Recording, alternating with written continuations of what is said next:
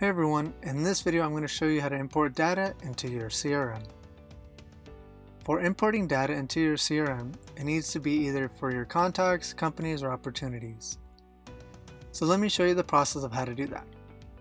For this example, we will import contacts, but the same rules apply for companies and opportunities. So let's go to our Manage Contacts page. From here we can click on the Actions button and select Import. Then the Import Contacts screen will pop up that explains a little of the configurations we need to import our contacts. The main thing to be aware is the file type and the field mapping. So let's add in our file, and then we can click on Save. And then we get taken to the field mapping options, and here we have our contact configuration fields.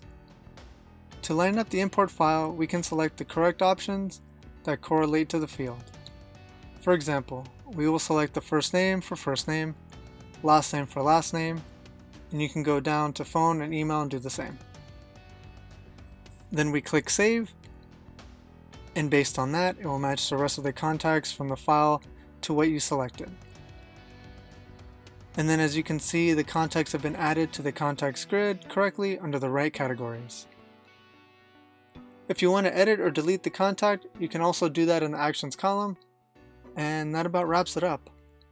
Thanks again for watching the video, and if you found it useful, please hit that like button and don't forget to subscribe to know when a new video drops.